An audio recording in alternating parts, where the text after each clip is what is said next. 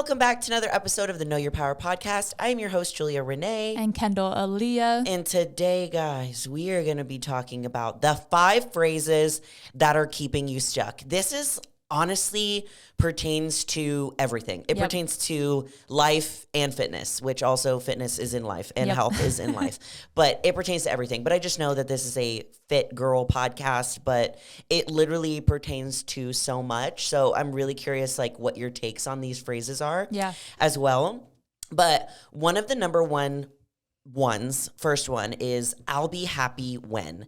And a lot of these are going to be like fill in the blank. So like I hear this from a lot of people, especially people that I work with like one-on-one as clients. Like I'll be happy when I lose weight. Mm-hmm. I'll be happy when I make enough money. I'll be happy when I have my dream relationship. So the biggest problem with this is like by saying this, we are delaying and hinging all of our happiness on some future date, some future goal, some future event, and meanwhile losing valuable time of actually being happy. Yeah. I know that I've done this a lot. I've done it too, and similar to you, I've definitely had almost every client I've worked with said this in one way or another. They might have not actually phrased it this way, but you know that's kind of how they took it, and that's something I do all the time or did. I would like to think I don't do that anymore, or I consciously. Oh, you just broke a nail? I broke it off like completely. Hurt? No. Okay. Okay, well, I'm just going to set that right here. Don't forget it. And don't lose it. It's one of the pretty ones that has... Your nails are really cute. They're like little snowflakey. Anyway, something that I noticed when I was doing this very often is I would disappoint myself and be 10 times harder on myself if I didn't get that thing that I'm holding so much value to. Yes, and I think, too, we'll go into this a little bit later with one of them, but a lot of it has to do with, too, holding so much value and emotion on that one specific thing that also causes you to like crash. You know what I mean? It's like a sugar high, like I like to think. But I see this happen a lot with bodybuilders, especially. Like you hear about bodybuilders talking about post-show blues, and it's because you put everything, so much time, so much energy, so much effort, and it's almost like you're putting that show date on a pedestal. Yeah. And then when you get to it, it's like, oh my God, like, damn. But meanwhile, you spend the entire 4 to 5 months of prep like being miserable and not happy when you could have been happy the entire time. Yeah, like if you enjoy the journey, you're going to have a much happier experience even on that end date because now you looked at every happy and exciting moment leading up to it instead of just saying, I'll be happy when I win my show. What if you don't win? Yes. Now what? Like you're going to fall every time I've done that and I've set those expectations. I fall into such a deep depression because you're putting so much emphasis on pressure on this one day or this one event or this one moment. And like in reality, that moment doesn't hold anything pertaining to your happiness. You're choosing to give it that title, I guess. That's true. Like you're choosing to give it that much weight in your life. Yeah. And for me, one thing that I have noticed especially like with bodybuilding, but anytime I use the phrase like I'll be happy when I win a show or I'll be happy when I lose weight or make this much money, I put so much emotion and everything that I am into that one date, and then most of the time it's a letdown. Most of the time it's a letdown because you're like, I'm going to be happy at this exact date. And say it's like your wedding day or when you lose the 20 pounds or when you compete in the show, you get there and you're like, is that it? Yeah. Even if it's over. Yeah. Even if you get that goal, it usually doesn't live up to that crazy expectation you're giving it. Exactly. Yeah. And it's like, the whole meat of everything that you're working towards is the journey aspect of it. You know, preparation for the wedding, like all of those little steps that go into it, like the moments like where you're picking out your dress, the moments where you're like inviting your bridesmaids to be your bridesmaids or whatever, like all of those moments. And then you get to the wedding and you're like sad when it's over and it's like, it's depressing. Yeah. Or when you're a bodybuilder and you're doing all of the hard work that actually leads you to that goal of stepping on stage and you just don't appreciate it when you're there.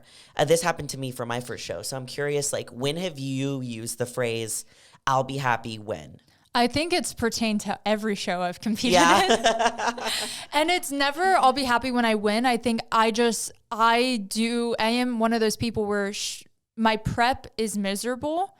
And I'm okay with that because I'm like the light at the end of the tunnel is that show day. Mm-hmm. So it's not really like I'll be happy when I compete, but I'm like, all of this misery will be over when I compete. Gotcha. And then you're post show and you still have to work and you still have to properly maintain your physique coming out of it and like slowly progress into the next season and whatever that looks like the work is never over. So putting this like title of the work is done or like I'll be happy when this happens, I feel like every time leads me to that like post show depression. I get it. I've gotten it on varying degrees. I've had quote unquote, please, easier post shows where things are a lot more simple and it's easier to get back into a routine. But every single time it affects me mentally. Yeah, there's some sort of like low that happens. I mean, people feel this after the holidays even too. Like there's so much like build up everywhere, you know, everywhere that you're going, everything that you're listening to, that you're seeing is like the holidays, stress, anxiety, presence, family. And then after it's all gone, there's a lot of people that hit like a low point because they hit that big high and put all of their emotion to that one date of the holiday or the event, whatever it might be, and then it's like, boom, crash. I feel like some of it's human nature where, of course, a big day or an event like a wedding or a show day is gonna hold some weight to it. But again, I think it's just about like setting up the phrasing in your brain and what you're telling yourself these days are gonna be. Because I'm definitely one of those people now when I go into things, not that I go in with low expectations, but even like the last show I did or the last multiple, after that first show, I learned to not hold so much weight in my placing. I just wanted to step on stage. And like that became what I was tying more happiness to instead of like my placing or it was hard for me in the beginning of social media to not tie like a worth or happiness to like increased numbers or increased engagement and things like that. So those were things that in the beginning, I feel like when most things are new and exciting, you're like, oh, I'm going to be so happy when I get that thing. And over time, as you work for those things, you realize that the happiness is more in the journey and not just that end result. Very true. Because that thing can happen and it's like, okay, well, wait. What? But now what? That thing is usually only gonna last like a day, like whether it is like getting married or finally finding that partner or competing in a bodybuilding show. It's like, you found the partner, but now you got to work on the relationship. Now you've had the wedding, now you have a husband, and you know what's happening next, you know? So for me, it was bodybuilding for sure, where it was my first 2 shows that it was the worst, where I had everything riding on that show day. And it was so bad because I got so depressed afterwards because I literally got to the date and I was like, I'll be happy when I compete in my show. I got to the date, I competed in my show. It was so quick. It was like the quickest show ever. Shows go by so fast. Now that I've competed in like a couple of shows, I know that I was like, that show was really fast. Like it happened so quickly. I did the same show also. Well, your second one. I did the same one. Fastest show I've ever done. I literally was like out of there by 1:00 and already eating my post-show meal. And I was like, wait, what the? Well, I feel like during COVID, did you compete in 2020? That was 2020. Yeah. So I think the show I did in 2021, they still had the same like COVID rules for shows. And there wasn't very many people. Yeah. So it was literally, and like the crowd felt small. It was just, everything was like so... Yeah, I could see that one being like especially saddening. Yes, because I'm like, there's going to be a bajillion people there and the lights and the hair and the makeup, and it just went so fast. Yeah. And I remember at the end of the day, I was like, oh my God, everything, all of the like hurt and the pain and the stuff that I went through and the hours on the Stairmaster, like it was gone in a day. And then I remember realizing that I don't even really remember what happened on my show day because I put so much value on this one day that I wasn't even present. So the gift is really in that journey. So don't delay your happiness for that future goal or that event, because you can be happy right now in all of the things that you're doing in preparation for that event. So that's the best advice I can give you, is be more present in the journey. I did that and implemented that this year, even though I didn't compete in a show, but I didn't have that when I decided that I wasn't going to compete. I wasn't like depressed. I didn't fall into like, Yeah. oh my God, like what am I That's going true, to do? 'cause- Because I was more present. Yeah, that's a hard decision to make. And every time I've either changed show dates or pulled out, it is really challenging. And you did handle it really well this year. So Because I just you was could like, see it. I didn't have my whole life riding on that moment this year. Yeah. Of course, it was still like, that's a bummer. But if that would have happened to me before, like when my first show was actually canceled that I was supposed to do, it was 3 weeks out from my show. Yeah. I was like lost. I didn't know what to do, fell into like depression. Yeah. Then COVID hit. I had no gym, and all of my self-worth was riding on that one moment and growth. Now I was just like, all right, let's pivot. Yeah. Like, whatever. This is a huge one I've also been working on a lot in the last year. And I still do it on micro levels where I might not voice I'll be happy when, but in my head, I'm like, oh, but you need to get to that one thing or else you like almost don't deserve this level of happiness. And that's something I had to sit down and be honest with myself and kind of rewire my way of thinking. And it just makes you so much happier day to day to not be so obsessed with this one goal or event or time or something. Like if you just enjoy the process, I like promise you life becomes a lot less stressful. It's very true. It is very true. Number 2 is this is the last time, ... First of all, if you are saying this is the last time, that should be a huge red flag to you that you are not in alignment with who you want to be whatsoever. So one of the examples, like, this is the last time I'm going to, go out drinking or something. This is the last time that I'm going to binge eat. This is the last time that I'm going to fall off plan. That is your gut and your intuition telling you that you shouldn't be doing that thing. Yeah, why have a last time? Why not just not do it now? Yeah. Like, what's the point of being like, but this last hurrah, Yeah. I mean, like, you never hear people saying, this is the last time that I go to the gym and eat healthy. That's the last time I do that thing. You hear people saying usually like, that's the last time I spend a weekend out drinking. This is the last time that I eat that meal that makes me feel like crap. Yeah. It's a huge sign that something that you're doing, and you probably are listening to this and you know what that one thing is. We all have something. Yeah, that you've said like, oh, that's the last time I'm doing that. It's your intuition is like, girl, stop doing that. It's not good for you. It's not healthy. It doesn't make you feel good. Ultimately, it might momentarily, but then afterwards you're like, that wasn't fucking worth it. Same thing where it's like we make decisions off these small momentary feelings that affect us more long term than we think. So you never hear anybody saying like, this is the last time I go to the gym. Yeah. Maybe.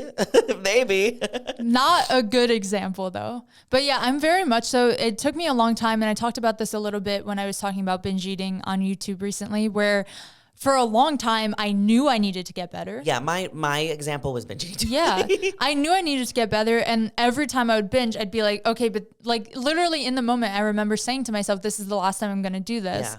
And in doing that, it was almost like that setup, self-sabotage, like not being prepared for war type of feeling where why was I so aware and telling myself that I know I shouldn't be doing this. I know I need to get better. I know this is my last time doing this, which we all know was a lie to myself. Not saying everyone's is a lie, but I said it. I had said this is my last time multiple times. And I think that's an even bigger red flag. And it just came to, okay, then don't do it. Don't do it right now. Like, why have a last moment of feeling crappy about yourself? Like, why not just take that red flag and be like, okay, this is my chance to make a decision and not do this thing for the first time. Yeah, it's my chance to break the pattern. Yeah. It's almost like saying this is the last time it's a negotiation tactic with yourself.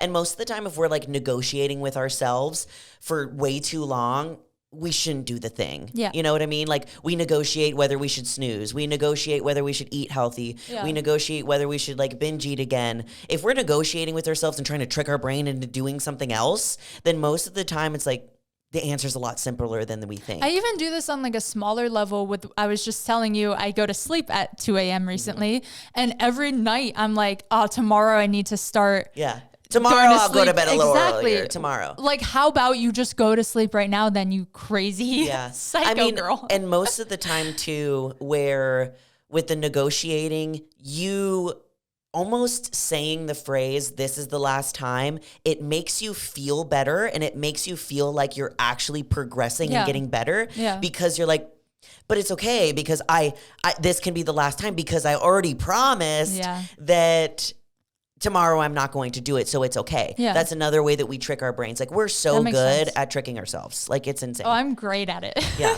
For me, I use this phrase a lot with binge eating. I would say, like, this is the last time. I'm not going to do it. Yeah. And I said this is the last time a million times. And I know for Zach, who struggled with porn addiction for 12, 15 years, he would always say that this is the last time I do this. This is the last time I do this. So think about something right now in your life that you're saying, this is the last time, because that's your gut telling you that you're not in alignment with who you ultimately want to be. Yes. Number 3 is, this always happens to me. Oh my God. Like, what? That thing, victim mindset. That's that victim mentality, bro, spewing out your mouth. And look, like, I know that there's, with some of these things, like, there's definitely certain cases where it's like, that sucks. Like, really, that does suck. But ultimately, whatever you believe in, like God, Mother Earth, Will Ferrell, I don't know. That's my... The universe, that's my God, Will Ferrell.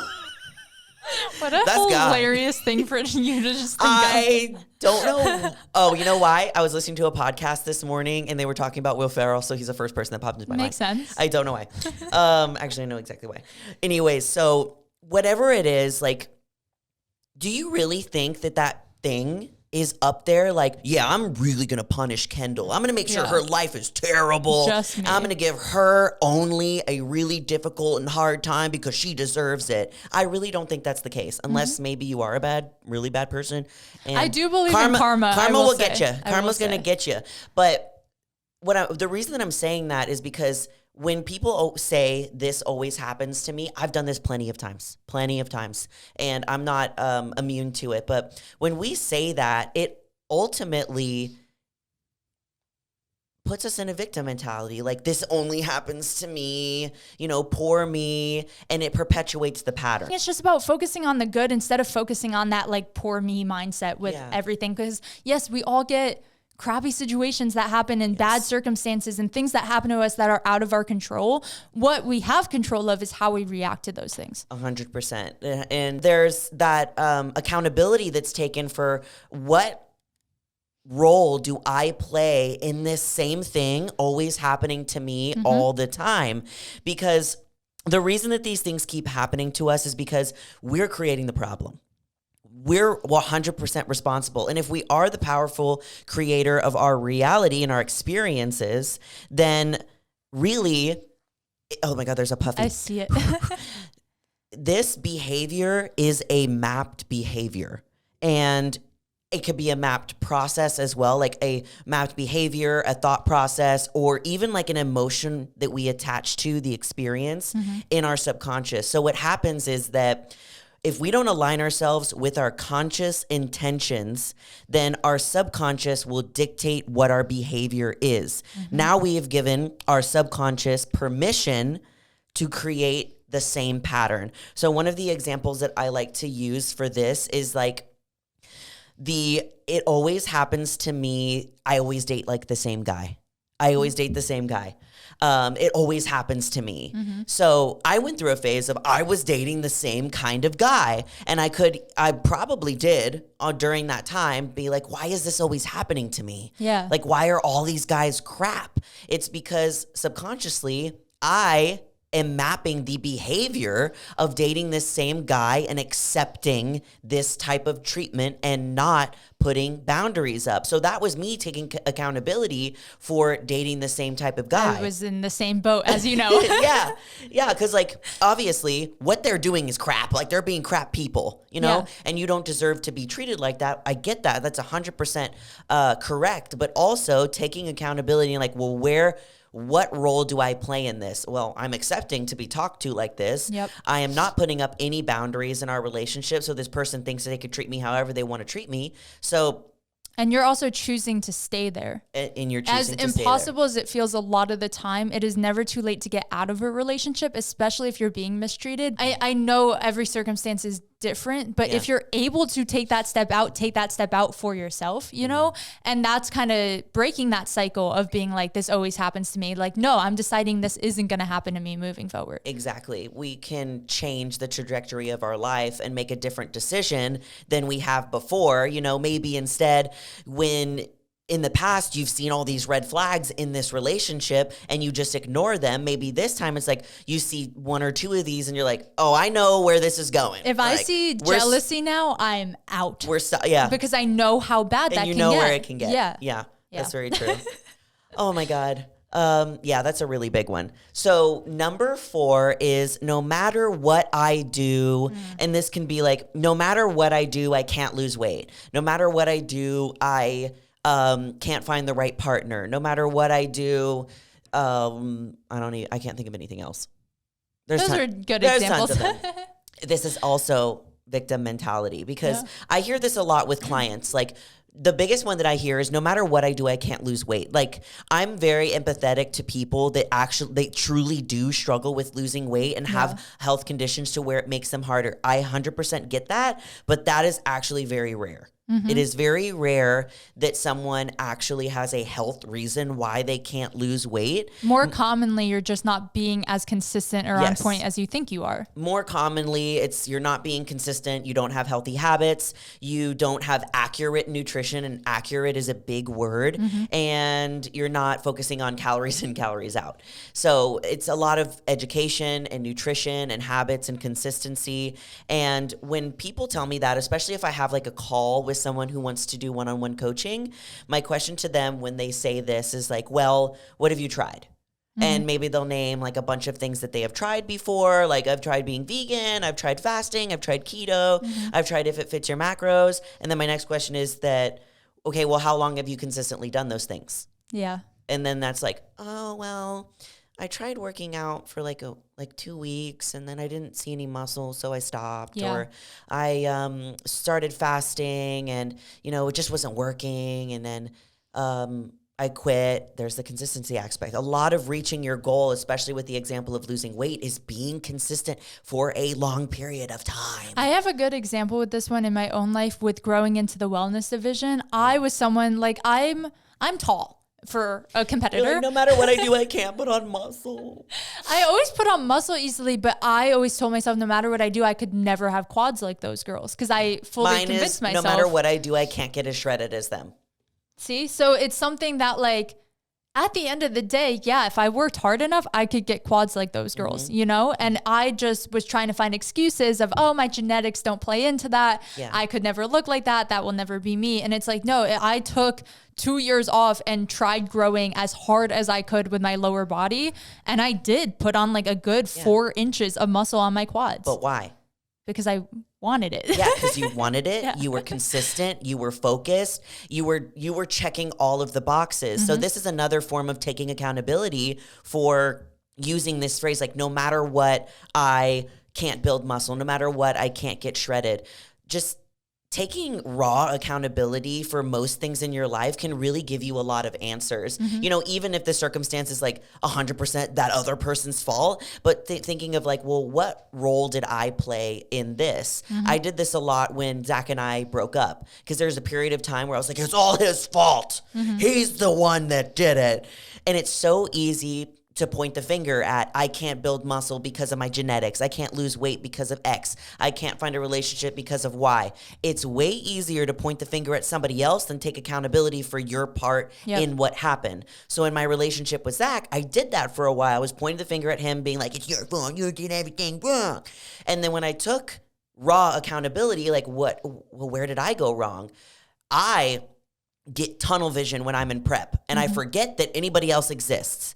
And I have a partner that needs love. He needs attention. Yep. He needs me to know that I'm there for him and I care for him. I wasn't doing that. That's not nice of a partner. I can be better at that. So that was one thing that I realized was a part of me that I needed to work on in that. And I didn't have to just blame everybody else around me. Yeah. So think about that thing in your life that you have right now that you're like, no matter what I do, I can't do this.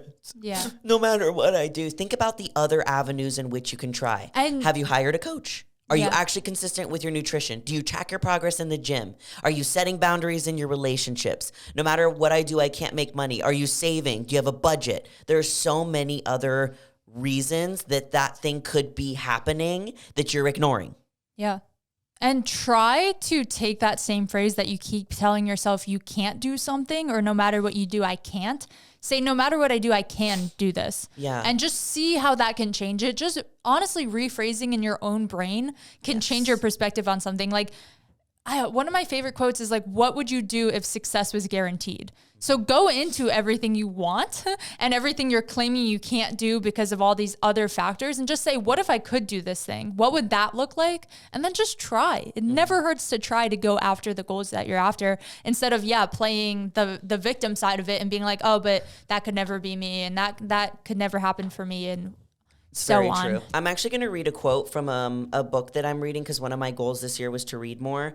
So we're doing that. And it's literally, okay, what does it say? It says, their fear to go forward makes them simply stay where they are. So that's such a simple phrase. But our fear of, well, if I go after this thing, what if this happens? What if this happens? What will people think? It keeps you stuck. It keeps you right where you are if you listen to what other people are saying. Because once we figure out what we want in life, most humans, me included, the first thing that you think about is why it will not happen. All the reasons, excuses, and circumstances of why this thing can't happen, versus thinking about the goal and thinking all the reasons why it can happen. And see, we have the can and we have the can't. And this goes into the next one, because these words are so powerful. And the next one is, that won't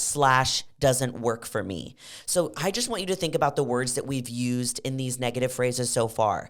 We have thought about, we've said won't, we've said doesn't, we've said can't, we've said never, we've said always. These are such strong words. I can't do this. I never will do this. I always do this. These are really strong words that have really big meaning, and they're very powerful. Even if you're just saying them in your head, they're powerful. They're 2-3 times more powerful if you say them out loud. I was going to say, sometimes we say things like this in conversation without realizing just how detrimental we're being to like our own view of ourselves. Because I'm one that like all the time I'd be like, oh, but that doesn't do this, or that won't do this for me. And like, those might seem so casual to throw into a conversation, but by voicing that to other people, like you're saying, makes it so much stronger of like, now you're telling these people that those things won't work for you. Yeah, you're spreading it. Like you're spreading it like a disease. Yeah. One thing that I've been doing to myself, and it's kind of like, I don't know, it's not weird for me, but it might be uncomfortable for you to do if you ever want to try this. But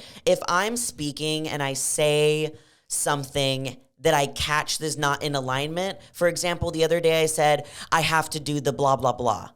And I didn't like that phrase that came out of my mouth. So I just said it again. And I said, I get to do blah, blah, blah. And I was actually talking to somebody on the phone. Yeah. And I corrected myself with what I actually meant, because my subconscious was like, oh, I have to do this thing. Yeah. And then I became conscious that that's not actually how I feel about that. I love doing this thing. So I said, I get to do this thing. So if you are speaking with people, don't be afraid to just correct yourself and be like, nope, what I actually meant was this. Because what you speak out into existence and what you say to yourself is so important. So correct that shit immediately, and it'll become a habit and you won't say it anymore. I literally did this last episode where I was talking about how, oh, well, I don't want to go to sleep early. And I said, I like kind of backtracked really fast. And I said, at the time I didn't, but now I do. Yes. You know, so it's just about like correcting yourself, because something might even seem true or feel true, but if you keep speaking it, you're never going to change. Yeah, it's really big. And it seems so small to like correct one single word. Yeah. But that single word has so much power. And if it didn't have power, you'd already be that thing. So yeah, that's something to think about. A lot of times when someone tells me that something doesn't work for them, or maybe it's even like trying a certain workout or a nutrition, or going to sleep early, or drinking water, or doing something for their mental health. Oh, that doesn't work for me. No, that doesn't work for me. I tried that. It doesn't work for me. Meditation's a big one. I do that too. I do too. Yeah. I say, oh, meditation doesn't work for me. Yeah. And I know that I'm lying to myself. I know that I am. And that's one of my goals this year is to meditate. So I'm having to like force myself to do it. And we'll see what the results are later. But I know that meditation is one of those things. It's like, it most likely works for everybody. There's definitely things that like don't work for some people. Like I know, for example, some people thrive off of keto. And I know for certain that there's a lot of people that do not thrive off of keto. You know, all of us have different body types, but when we do that, most of the time it's because we've given it the old college go instead of actually trying that thing. Yeah. So I did this a lot with my fitness journey where I was like, I tried being pescatarian, I tried being vegan, I tried fasting, I did all of the things. And there was some that I was like, nah, it just doesn't work for me. And I didn't even like give it a good try. Yeah. And then there was some where I was like, I'm going to give this a really good shot because I want to know if my body responds well to this. And some of the times they really didn't work for me. It actually made me feel a lot worse. Yeah. So think about that thing that you have been saying, oh no, that doesn't work. You're just blowing it off. Yeah. As someone like me now who I'm 100% gluten-free and like really, really anal about it, I have some clients that'll tell me that they have clients and family members and friends, like not just people I work with, just people in general, because they know I'm gluten-free, will tell me, oh, I took a blood test once and it told me that I'm intolerant, but like I just love eating X, Y, and Z. And like there's no way that a gluten-free diet could work for me. Like it wouldn't work with my lifestyle. And I try to stress to them how much better they will feel if they actually stuck with it. Because it took me a good month, but when I found out I was highly allergic, when I cut it out, in that first month, everything in my life changed. Like my skin changed, my bloating changed, my inflammation changed, my brain fog changed. Like I just felt so much better, and I want that for other people. And but if you're not giving used to feeling that crappy Yeah, way. yeah. So if you're used to feeling like crap, then you're like, I always feel like crap. Yeah. But you don't realize it's so bad until you get out of that fog and move into something that's healthy. And you're like, it's almost like I can show you the world. Literally. Because I knew I was gluten intolerant for a good year before I knew how serious it was and how much I actually needed to completely cut it out. And in that year, I would fake try. There's also people that pretend to be try. gluten-free, but they're not. Yeah. That's like so, I know people that pretend to be vegan, and I'm like, I just watched you eat fish. Yeah. Like, you're not vegan. It's almost like cool to be gluten-free now. Yeah, Instead of it's I like, get it. I have two of my closest people in my life, Kendall and Ian, are seriously like, they have to be gluten-free. Yeah. And then there's like a lot of people that are just like on TikTok and they're like, yeah, I'm gluten-free. I'm like, but why? Yeah, I feel like if you if you don't have a reasoning, it's hard to stick with it. But for so long, I would still have gluten here and there. Like most of my refeed or cheat meals was like pizza, and I felt awful every single time. And I bet it was even worse because for one, you kind of already like generally feel bad when you eat something off plan when you're super strict in bodybuilding. But for you, it was probably doubles. Oh, I literally remember just being like a swollen ball of a human. So that's just one of those things where like I was telling myself for a while of like, oh yeah, like I'm trying to be gluten free, but like it's not really working for me. And it's because I wasn't actually being gluten free. I wasn't actually tracking everything. Exactly. Trying is different than doing. Yep. Trying is different than doing. Period. That could be its That's own. also another phrase like, I'm trying to do this. I'm trying to be better.